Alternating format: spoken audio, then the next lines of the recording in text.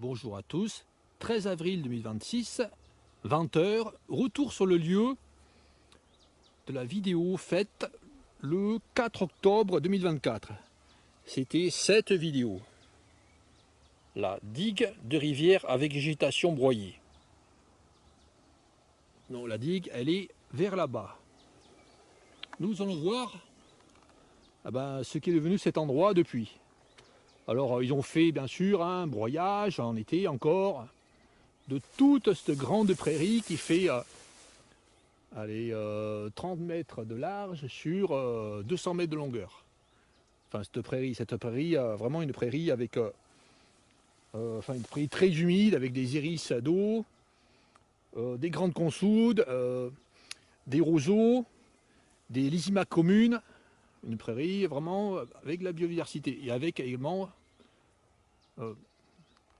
des grenouilles, la rainette méridionale. J'ai fait plusieurs vidéos sur ce secteur, notamment une vidéo dont le titre est Soir en octobre, où on entendait le chant des rainettes méridionales. Alors là, je m'arrête sur cet endroit, car nous voyons une grande consoude particulière, car les fleurs sont mauves. La grande consoude, famille des Borraginacées, peut avoir des fleurs soit mauves, soit blanches. Des fois elles sont un petit peu jaunes, des fois elles sont roses, mais là les fleurs sont vraiment mauves. C'est marrant, c'est une fleur qui peut avoir, c'est une plante qui peut avoir des fleurs de différentes couleurs, naturellement. Ce que l'on voit là, vous voyez les petits trous là, à la base des fleurs, ce sont les bourdons qui font ces trous car ils ne peuvent pas accéder au nectar, donc ils font un petit trou pour pouvoir accéder au nectar. Donc chaque fleur qui a un petit trou, c'est une fleur qui a été butinée par un bourdon. Allez, nous allons voir les bourdons terrestres, hein, et d'autres espèces de bourdons certainement. Alors la digue, elle est là. Alors vous voyez toute cette prairie, elle va être broyée. Quand le gars il a un tracteur sous les pattes.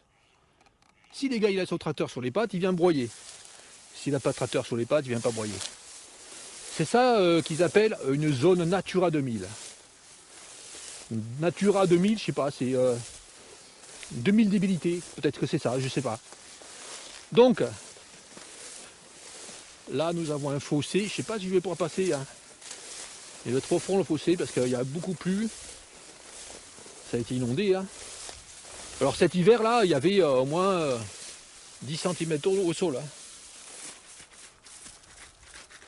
Vous entendez là, on sent qu'il y a de l'eau, hein, au sol, hein. Donc beaucoup de grandes consoudes. Allez, je vais essayer de passer de l'autre côté sans m'enfoncer. Là, je peux pas passer, je crois. Ah si, je vais passer. Oh là là, c'est juste, hein.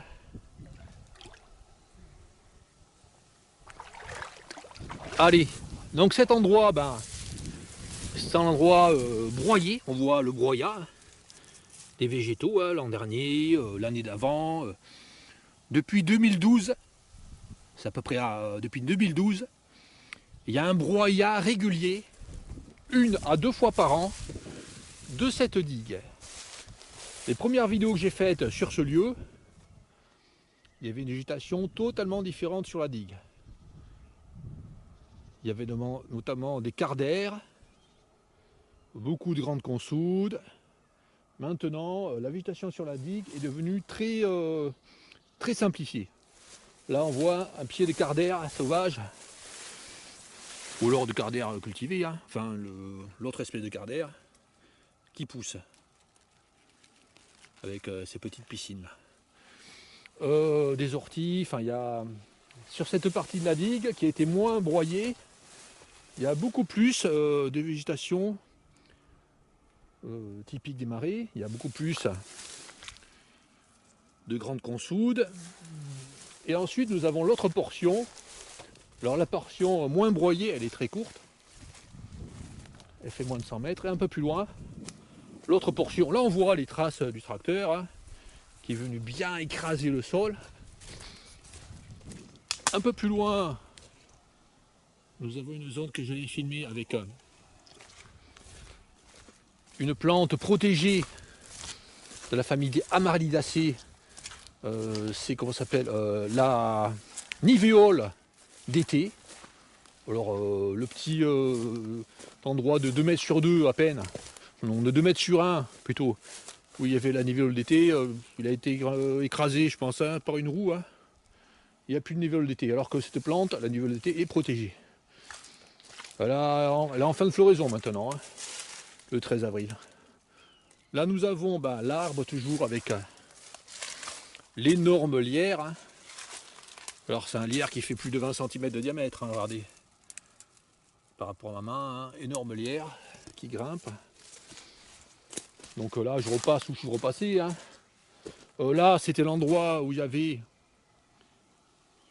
le nid de guêpe germanique. Le nom latin de la guêpe germanique c'est Vespula germanica. Donc le nid il a été massacré.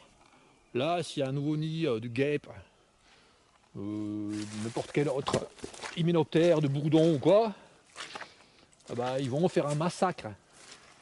Quand ils vont broyer, ils broient puis en même temps ils raclent. On va partir de là-bas, ouais, on voit la zone limitée là. Là c'est encore une zone avec une variété végétale, là. Il y a encore la grande consoude, mais un peu plus loin, la végétation devient très simple, très simplifiée. On va aller plus loin là-bas. On va voir que c'est très simplifié puisque c'est des broyages plus nombreux. Peut-être que là ils ont fait un broyage en moins. Et là, on voit directement la différence. Toujours pas mal là, de cette grande consoude. Et après, une végétation simplifiée. Également, il y avait des grandes consoudes, avant qu'ils fassent les broyages, des surouillèbles, des orties, vraiment une grande variété de végétation. Dans les chemins, dans le marais, il y avait beaucoup de sureaux, pas de surouillèbles, de sureaux. L'arbre de sureau, il y en avait beaucoup, qui étaient au bord des chemins, ils ont tous été coupés par l'engin. L'engin de broyage. Donc ouais, c'est un peu plus loin là que ça devient très simple. Allez, on va aller plus loin. On va aller là à 50 mètres. 20 mètres plus loin, nous sommes sur la digue. Là, nous avons les surouillèbles. Donc ils font des fleurs, un peu comme les fleurs de sureau, qui sont très butinées, qui sont très visitées par les coléoptères, par les cétoines. Mais bon, ils vont broyer toutes ces plantes. Et là encore énormément de grandes consoudes. Là le ruisseau. Alors on voit là que la végétation a été broyée. On voit un broyat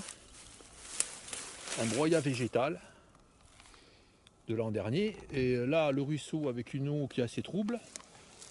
Parce que souvent ils font des broyats sur le bord des routes. Quand il pleut, l'herbe n'est plus tenue par l'agitation, donc il y a lessivage du sol.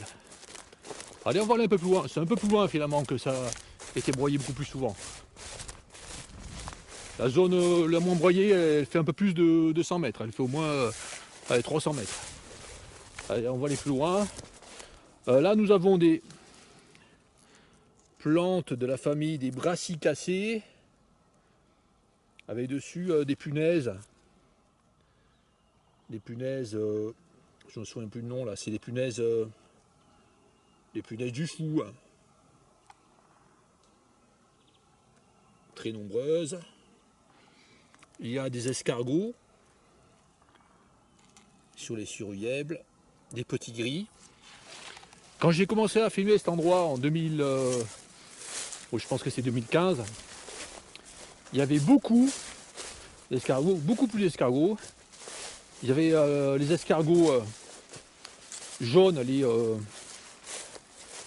escargots jaunes là, les escargots des haies, jaunes ou alors jaunes avec une rayure noire, ou alors avec deux rayures noires, trois rayures noires. Enfin ces escargots hein, qui se trouvent souvent dans des zones comme ça. Et il y avait également des escargots des marais, typiques des marais, allongés. Des escargots de 2 cm mais allongés, au corps allongé. Enfin la coquille allongée.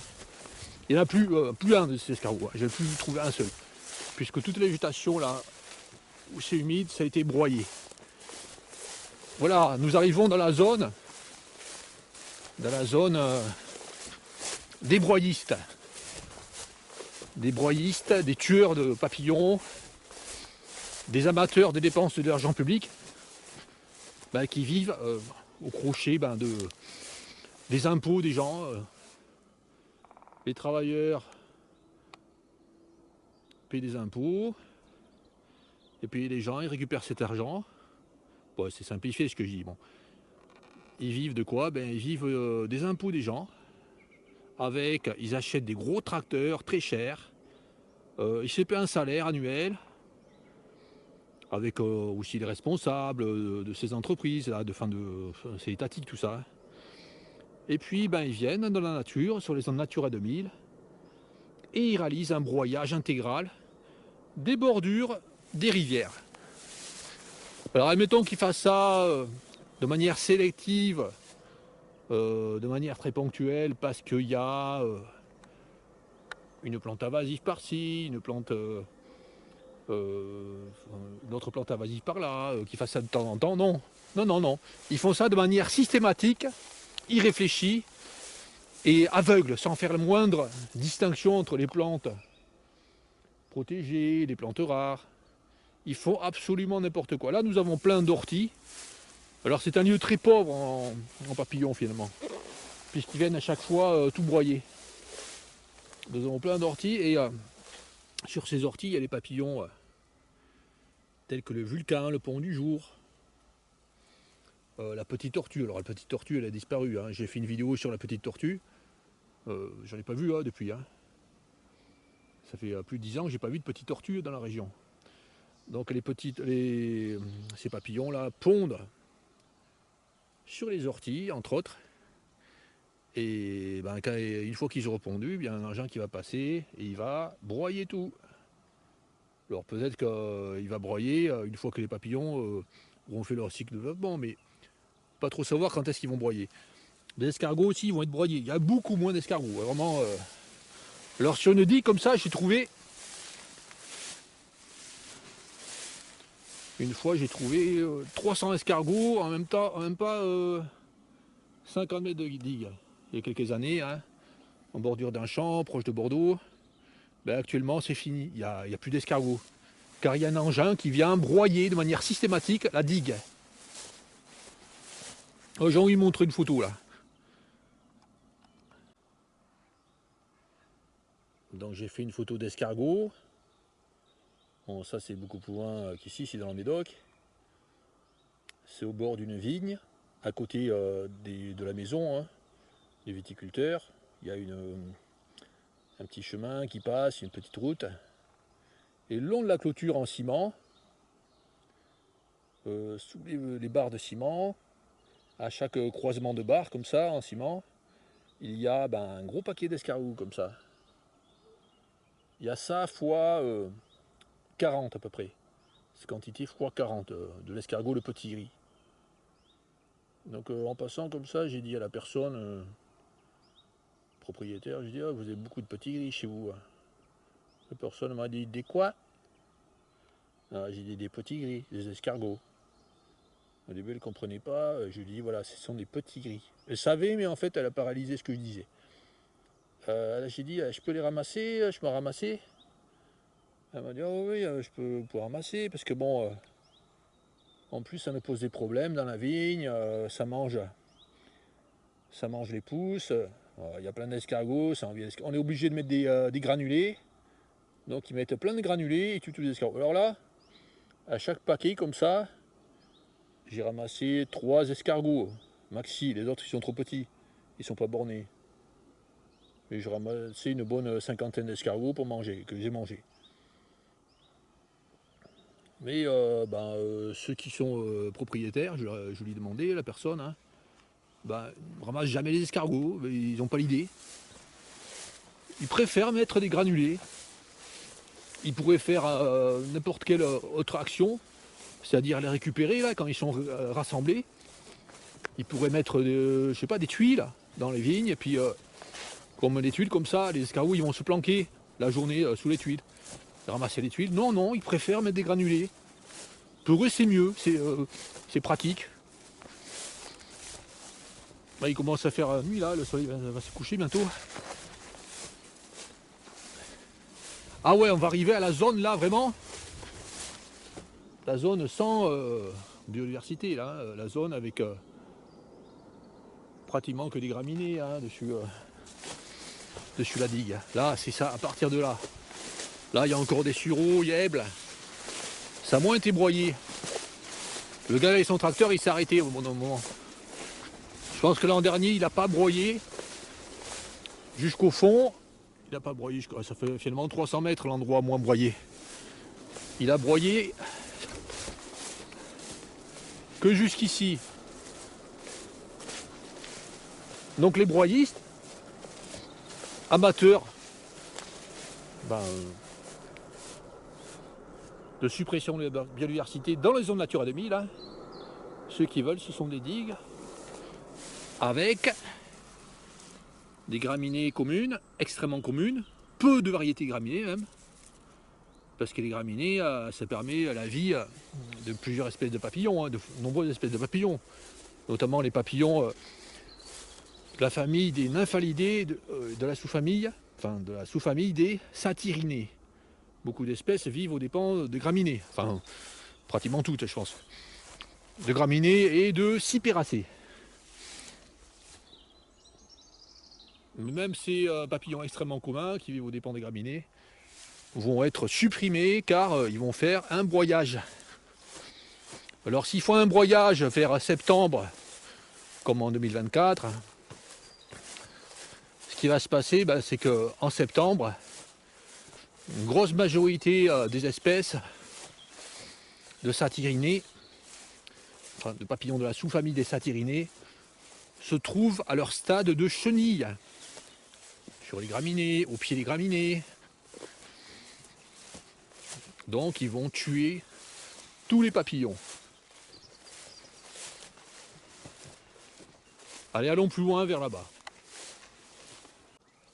50 mètres plus loin, des aristoloches, une espèce d'aristoloche, plante de la famille des aristolochacées. Il n'y a pas de papillons de jour en Gironde qui vit aux dépens des aristoloches. En bordure de la Méditerranée, il y a deux papillons, la diane et la proserpine, qui vivent aux dépens de l'aristoloche, enfin de plusieurs espèces d'aristoloches, mais pas en Gironde. Allez, allons plus loin, vers là-bas. Gestion là-bas, plus de 50 mètres. Donc descendu de la haie, descendu de la digue. Le tracteur, quand il passe le long de la digue, il massacre les racines de cet énorme peuplier noir. Il massacre les gros lierres. C'est vraiment un travail merdique. De toute façon, il n'a pas besoin de venir à cet endroit. Il fait absolument n'importe quoi. Allez, on est plus loin vers là-bas. 20 mètres plus loin, un iris d'eau en fleurs. Bon, la fleur elle est assez petite, hein, elles sont beaucoup plus grosses souvent. C'est une des premières fleurs, hein. Ils vont fleurir plus tard. Là, toutes ces plantes vertes là, ce sont des iris d'eau. Il n'y a pratiquement plus de charançon des iris qu'il y avait lorsque j'ai fait la première vidéo sur celui, la première grande vidéo qui dure 1h45. Puisque une fois que les charançons étaient à l'état de larves, dans les iris, ils ont tout broyé. Donc les larves sont mortes, il n'y a plus de charançon des iris.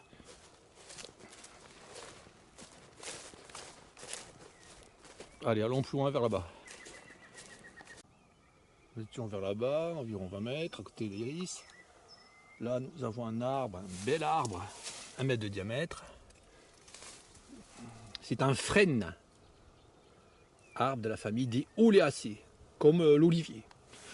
Ce qu'ils ont fait comme débilité extrême, c'est qu'ils sont passés avec l'engin. Ils ont bien laissé, ils ont surtout bien laissé ces arbres.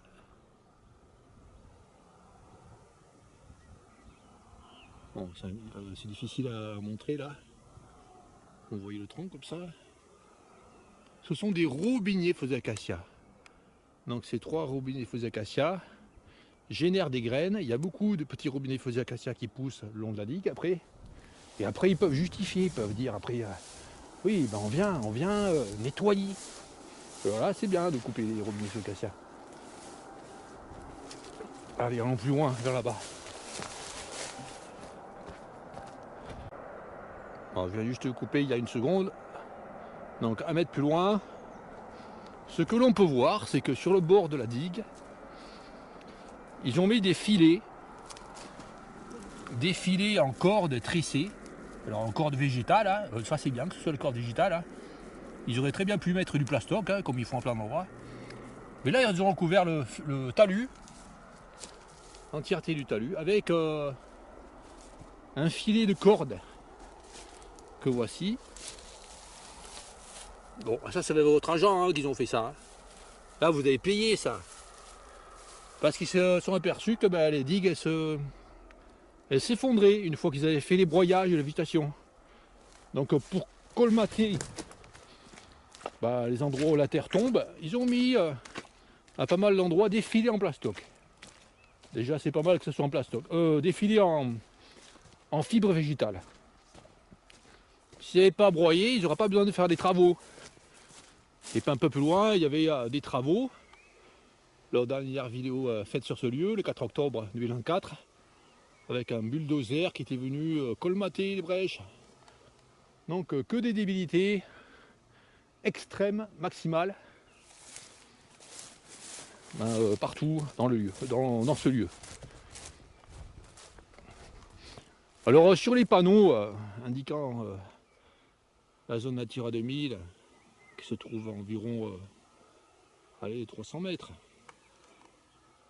vers une des entrées, ils mettent qu'il y a la tortue, la cistude d'Europe, que c'est un lieu remarquable. Donc les tortues là, elles se promènent, et puis l'engin qui vient broyer, il écrase les tortues hein, qui sont dans les zones humides. Probablement qu'il y en a qui se sont fait écraser. En tout cas, il y a un serpent qui s'est fait couper en 2 par un engin qui est venu couper l'herbe, broyer l'herbe vers 2015. J'avais fait un film en montrant ce serpent coupé. C'était une couleuvre verte et jaune, extrêmement commune. Mais là, il coupe les serpents. Dans une zone Natura 2000. C'était pas zone Natura 2000 à l'époque. Depuis que ça est devenu, ils font des débilités extrêmes, très communes. Là encore, une grande consoude. Là, on voit que c'est plutôt avec du blanc à la base de la fleur. Pour la fleur, c'est mauve. Encore une couleur différente pour cette grande consoude, pour les fleurs. Allez, nous allons retourner vers la route des marais qui passe vers là-bas. Je ne sais pas si j'ai dit, nous sommes dans le marais du Glogélas. Alors le marais du Glogélas, c'est entre, de ce côté, le village Saint-Sulpice et Camérac, le centre du village à même pas 1 kilomètre, et de ce côté, un peu plus loin, le village Saint-Loubès. Je sais pas, c'est à... Ouais, c'est plus d'1 kilomètre, c'est à 2 kilomètres peut-être. Donc le marais du Glogélas, zone de massacre avec votre argent. Pour le plus grand mal de la nature. Et pour le bien, pour le bien, pour l'enrichissement de ceux qui font ce travail. Pour l'enrichissement de ceux qui vendent les tracteurs. Ceux qui vendent les filets. pour l'enrichissement, enfin pour le salaire de ceux qui font le broyage, pour payer le gasoil du tracteur, 1 à 2 fois par an. Allez, nous allons retourner vers là-bas. Vers Saint-Sulpice et Camérac finalement. Et vers la route des Marais. La route des Marais, elle longe là. Enfin, elle est là. Elle longe ce ruisseau. Elle est parallèle à ce ruisseau, mais vraiment plus loin vers le bas, à 300 mètres. Nous étions à 300 mètres, au niveau de la digue de la rivière. Là, nous sommes sur la prairie fauchée. Et sur ce coin de la prairie humide, nous avons beaucoup de ces orchidées. Du nom latin, Paludorchis laxiflora. Autrefois, elle s'appelait l'orchis à fleurs lâches en français. Étant donné que le nom de genre a changé, je ne sais pas comment l'appeler en français. Donc il y en a quelques-unes là, et nous allons voir. Alors quand je marche dans ma prairie, j'évite absolument d'écraser ces orchidées. Les endroits où j'en avais filmé il y a des années, dans les prés, il y avait beaucoup moins. Parce qu'ils ont fait, ils ont broyé un peu n'importe quand, mais ils ont décimé les populations. Il y en a 10 fois moins à certains endroits où j'en ai filmé. Allez, nous allons voir ce qu'il y a là. Un petit chemin là rentre. Et une entrée là par un petit chemin. Nous étions derrière la haie, à 20 mètres. Nous nous trouvons sur l'autre portion de la prairie de Foch. Il y a quelques années sur ce lieu, l'engin est venu broyer, couper les lierres. Là, il y a un lierre, il a été coupé. Tous les lierres qu'il y avait sur les arbres, les gros lierres ont été coupés. Et puis nous voyons un arbre, un gros chêne qui a été coupé vers là-bas. Nous allons voir ce chêne. Donc un gros chêne, un petit peu moins de 1 mètre de diamètre, qui était contaminé par des cérambycidés. Hein. De l'autre côté du chêne est vivant. On voit qu'il y a eu un feu, on voit que c'est noir. Oh non, c'est peut-être autre chose. Ah si, on voit qu'il y a eu un feu. Il me semble qu'il y a eu un feu. Je ne sais pas s'il était vivant, mais une bonne partie de l'arbre était mort. Alors il y a des trous de Lucanidés ou du Grand Capricorne. Je pense que cet arbre a été coupé pour faire du bois de chauffage. Vous savez, le bois de chauffage, hein, pour faire un chauffage écologiste, il est récupéré dans les zones Natura 2000. Donc il est bien connu que les arbres morts sont très importants pour la biodiversité. On voit les petits trous là de cérambycidés. Ils sont récupérés. Au lieu de laisser une zone naturelle, non, on préfère prendre le bois. Pour chauffer, hein, et de manière écologique bien sûr. Hein. Également, ce qu'il y a comme cérambycidés sur ce secteur, c'est le petit cérambycidé qui fait 2 cm de longueur avec des élytres jaunes, un cérambycidé atypique, il n'y en a pas tellement comme ça. De la tribu Clitini. Et ce cérambycidé il s'appelle, il porte le nom latin, Plagionotus detritus. J'en avais filmé sur un tronc coupé, vers là-bas, il y a quelques années. Il y avait au moins 5-6 au pied de ce tronc coupé. Le tronc de l'arbre a été coupé à ras, à 10 cm de hauteur. C'était vers septembre, les cérambycidés étaient venus pour pondre sur l'arbre coupé, se reproduire, pondre. Et comme c'est une zone inondable, la totalité du tronc coupé s'est retrouvée sous l'eau. Donc je pense que toutes les larves de ces cérambycidés, la Plagionotus detritus, sont mortes puisqu'elles ont été submergées. Alors il y a certaines larves de certains insectes qui peuvent supporter la submersion, comme les chenilles du papillon, le cuivré des marais, mais ce n'est pas le cas de toutes les espèces. Là, je pense que les larves sont mortes.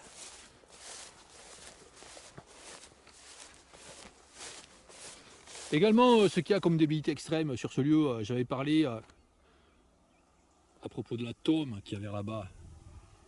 Il y a la tome avec devant, la tome s'est envahie de la plante de la Jussie. Alors j'ai rencontré le propriétaire de la tome en passant, quand j'ai fait les vidéos le 4 octobre, ou le lendemain, quelques jours après. Alors j'étais médisant, enfin je disais c'est stupide, tout ça, bon, qu'il laisse la Jussie. Ben, le gars, finalement, il était encore plus en colère que moi hein, sur ce qui se fait sur ce marais. Hein. Et il avait un vocabulaire encore pire. Hein. Il disait que c'était con. Enfin, il parlait de ces gens, des abrutis qui font n'importe quoi sur ce lieu. Et comment la Jussie, je crois que c'est lui qui l'a broyé. Bon, par contre, l'arbre à côté, comment ça s'appelle, l'arbre Baccharis. L'arbre de nom latin Baccharis, dont le genre Baccharis, qui est un arbre de la famille des Astéracées, qui est originaire des États-Unis. Hein. Bon, il a zappé ça, il n'était pas au courant, certainement. Hein. Ouais, je pense, j'ai pas posé, je pense qu'il n'était pas au courant. Hein. Mais c'est pas un gars qui se fout de la nature. Donc il m'a parlé de ce lieu et qu'il connaissait depuis 78, hein, depuis 1978. Et il m'a dit que quand il est arrivé sur ce lieu en 78, les canaux, alors il y a pas mal de canaux avec une eau stagnante, qui sont en liaison avec le fleuve la Dordogne, qui est à 1 km vers là-bas, même pas. Donc à marée haute, les fortes marées de la Dordogne, à marée haute, l'eau de la Dordogne remonte par les canaux. Et même en hiver, ça fait que l'eau de la Dordogne envahit les prairies. Il m'a dit en 78, quand il est arrivé, dans les prairies, puis aussi les roselières, où il y a 10 cm d'eau, 20 cm d'eau, 30 cm d'eau en hiver. Au printemps, il y avait plein de poissons. Hein. C'était une mercerie des poissons. Alors les poissons qu'il y avait, c'était le flé commun. Le flé F-L-E-T, commun. Le flé commun qui est un poisson plat. Un poisson de la famille des poissons plats, comme les sols, les turbots. Ces poissons plats qui sont marins. Le flé, c'est un poisson plat de ce type, qui va en mer, mais aussi qui remonte extrêmement loin dans les rivières, les estuaires, et qui remonte largement jusqu'à cet endroit, qui remonte même plus loin que Libourne. Hein. Les petits flés qui faisaient quelques centimètres, hein. Plein il y avait, il m'a dit, plein de flés. Et les aménageurs de l'époque, il y a vraiment des dizaines d'années, hein, ils ont fait un acte d'une débilité, mais extrême. Et lui, il disait, ces abrutis, enfin, je ne sais plus exactement le vocabulaire qu'il a employé, enfin, ce genre de vocabulaire, ces abrutis, ils ont fait un truc complètement taré. Ils ont fait, aux endroits où les canaux se vident, dans la Dordogne, ils ont fait des espèces de portes qui automatiquement se ferment, qui s'ouvrent dans un sens, ça fait comme un clapet, et qui ne peuvent s'ouvrir que dans le sens où l'eau coule du marais vers le fleuve la Dordogne. Et dans l'autre sens, quand la marée monte, le clapet de la porte se ferme. Ce qui fait que les poissons qui venaient se reproduire dans le marais, ne peuvent plus accéder au marais. Ce qui fait qu'il n'y a plus de poissons du tout, hein, comme il y avait autrefois. Et là, il déplore ceci, vraiment, il est vraiment dégoûté. Et c'est un propriétaire d'une tonne, là, il y a 3 tonnes. J'ai vu l'autre propriétaire, j'en ai vu 2 sur 3. 2 sur les 3. L'autre, pareil, hein.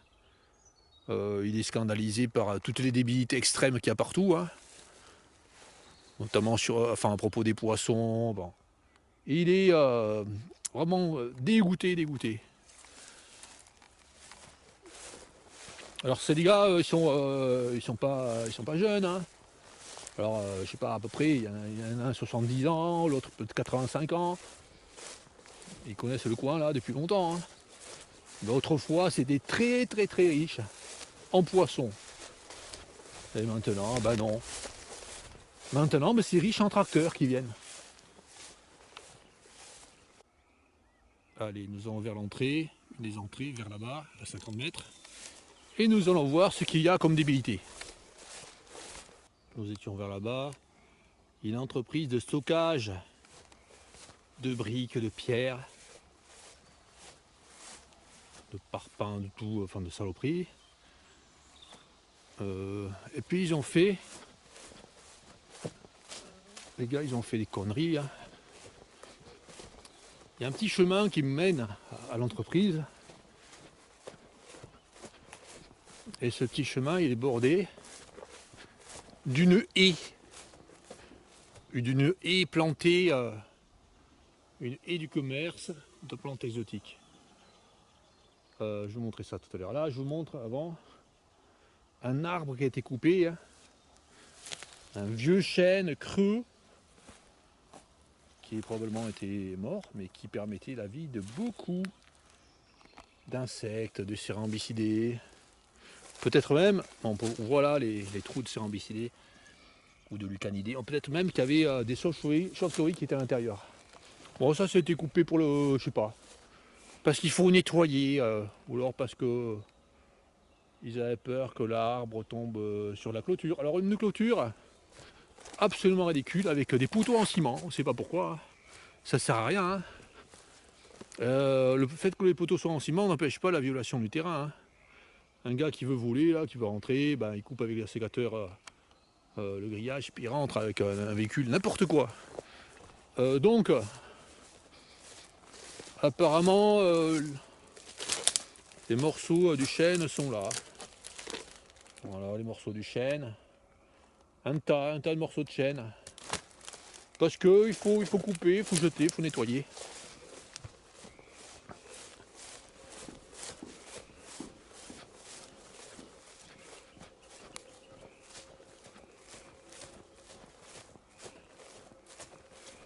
Et puis à partir de là, sur 100 mètres, c'est une haie avec cette plante du commerce, vous voyez, avec ces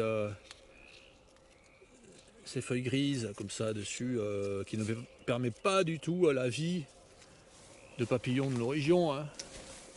Aucun papillon de jour ne pond ses chenilles, ne pond ses œufs sur cette haie. Par contre, s'ils avaient laissé une haie naturelle, hein, avec des ronces, avec des pruneliers, des aubépines, il y aurait une possibilité de vie de beaucoup d'espèces de papillons. Mais ils préfèrent mettre des plantes ornementales. En fait, ils font appel à leur papa Gaga Jardinio, et le papa Gaga, il leur dit, ben voilà, je vous propose de mettre ça, c'est très bien pour vous et tout.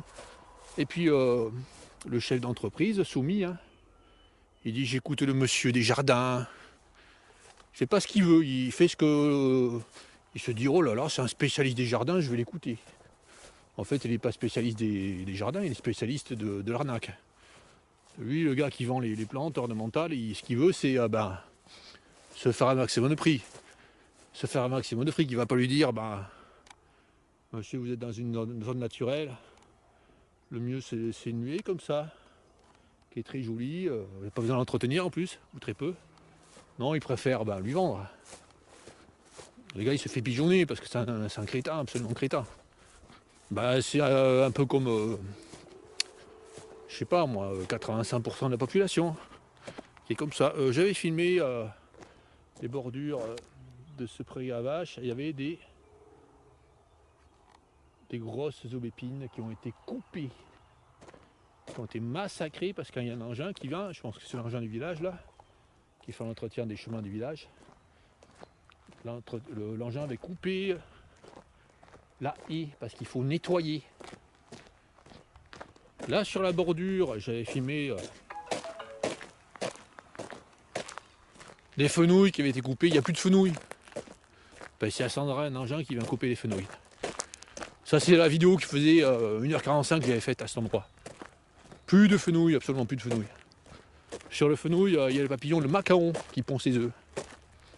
Bon, il n'y en a plus. Hein. Il y a peu de macarons sur ce secteur. Il y a très peu de macarons, il y a peu de fenouilles. Ailleurs, il y en a encore beaucoup de macarons, mais pas à cet endroit de la Gironde. Là, j'avais filmé dans un arbre, dans un chêne, un énorme lierre qui grimpait, magnifique. Il est mort, le lierre. L'agriculteur, il a mis un tas de purin au pied du chêne. Ça a tué le lierre, je pense.